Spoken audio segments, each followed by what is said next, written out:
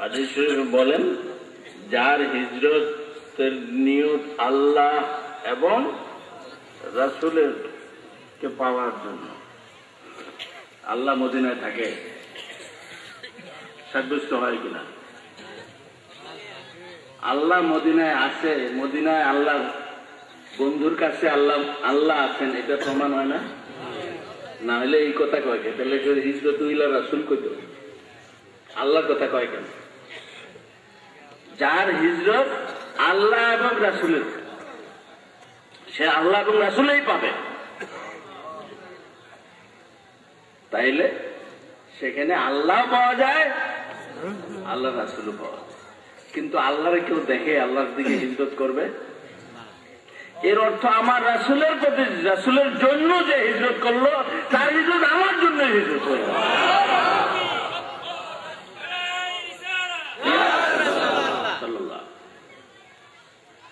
কি এই জন্য আল্লাহ তাআলা সবখানে বলেন যে যেমন বন্ধুর জন্য হিজরত, আমি আল্লাহর জন্য হিজরত, আমি বন্ধুর জন্য,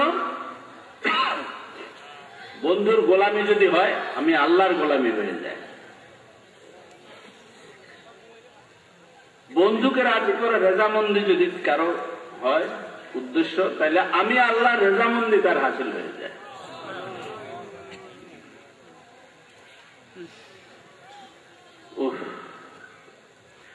তো এখানে এখন সংশয়টা কোথায়, দ্বিধাদ্বন্দ্বটা কোথায়? সেটা হলো আল্লাহর সাথে আমরা কেন রাসূলকে মিলাতে চাই। শয়তান এই কথাটা বোঝাতে খুব চেষ্টা করতেছে, যুগে যুগে তার একটাই কাজ, যে রাসূলের সাথে আল্লাহর মিলাও কেন? এটা শিরক হয়ে যেতেছে, নাউযুবিল্লাহ। শিরকের, এই শিরকের হুকুম মক্কা শরীফে, মদিনা শরীফে যখন আলহামদুলিল্লাহ ছিলাম, তখন এক হাসপাতালে গেলাম,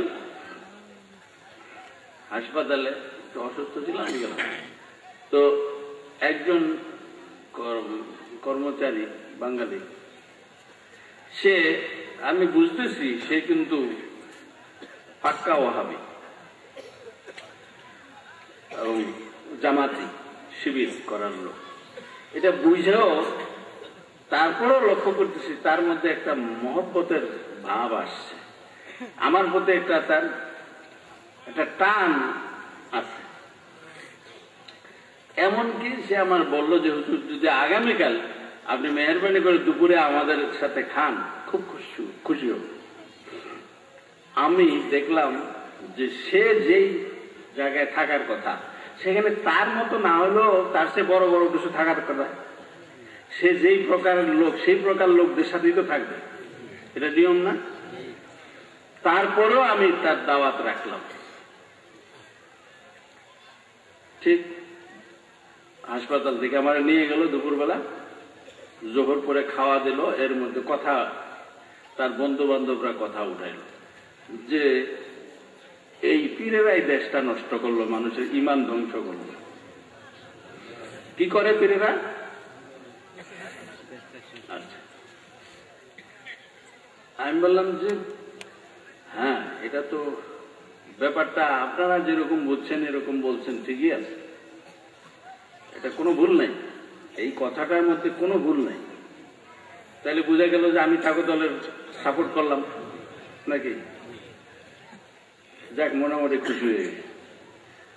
তারপরে বললাম যে আচ্ছা, এই একটা জিনিস তো আমার বুঝে আসে না, এই কাবা শরীফের চারদিকে যে এই যে ঘুরে একটা পাথরের ঘর, এইটারে চারদিকে ঘুরলে এইটা কি একটা পূজা ছাড়া আর কিছু?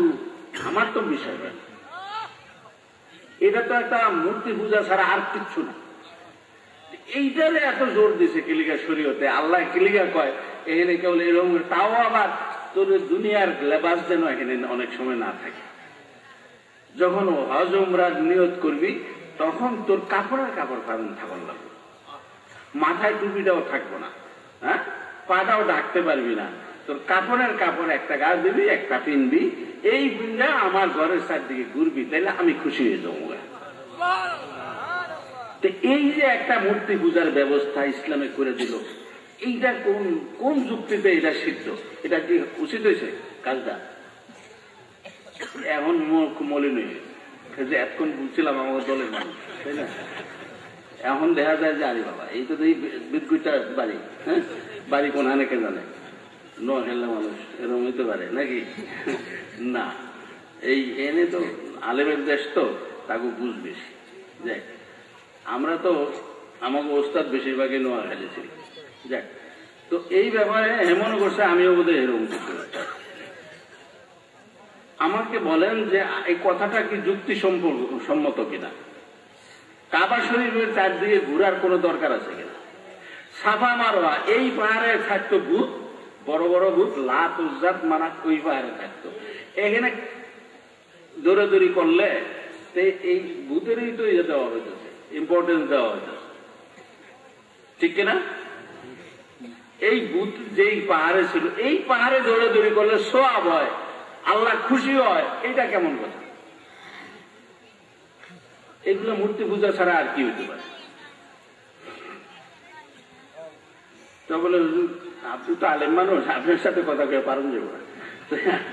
আমি বললাম যাক, না পারলেও আপনারা তো এই দেশে থেকে দেখেছে, আরবি শিখতেন, তো পণ্ডিত বড় মনে করেন নিজেরে, কিন্তু আপনারা তো বুঝার চেষ্টা করেন না আসল ঈমান কোথায়।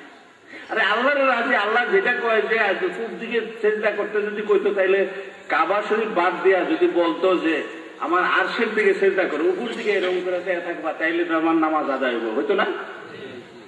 হইতো কিনা? তো এই এখন তো আল্লাহ বলছে যে এই কাবার দিকে সাতরাল মসজিদুল হারাম, এই দিকে তোমরা মুখ করে সেজদা করো। কারে করবা? কাবারে করবা না আমারে করবা? আল্লাহরে করবা। তাইলে আল্লাহরে সেজদা করা উদ্দেশ্য, আমার কাবা তো উদ্দেশ্য না।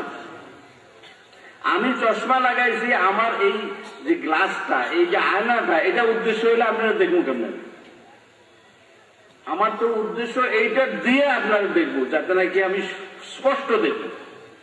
এই জন্য আমি গ্লাস ব্যবহার করছি, তাই না? চশমা ব্যবহার করছি। আমার চশমাটাই যদি আমার বাধা হয়ে যায়, তাহলে শিরক হবে। এখানে বুঝার বিষয় হলো ওই যে কথা, আল্লাহ তাআলা কিন্তু বুঝিয়ে দিচ্ছেন যে আমি যেটা যাতেই রাজি, তুমি তাতেই রাজি হয়ে যাও। মা হাজেরা আলাইহিস সালাম, তার একটাই তো ঘটনা, তিনি দৌড়াদৌড়ি করছেন সাফা মারোয়ার মধ্যে, তাই আল্লাহর কাছে এই দৌড়টা খুব পছন্দ হয়েছে। কি করছেন? কিয়ামত পর্যন্ত এটা ফরজ করেছে, ঠিক কিনা? একজন মহিলা, একজন তার সৃষ্টি, একজন নারী, মহিষী নারীর একটা কাজ আল্লাহর কাছে এত প্রিয় লাগছে যে সমস্ত বান্দার জন্য সৃষ্টি করে দিচ্ছে।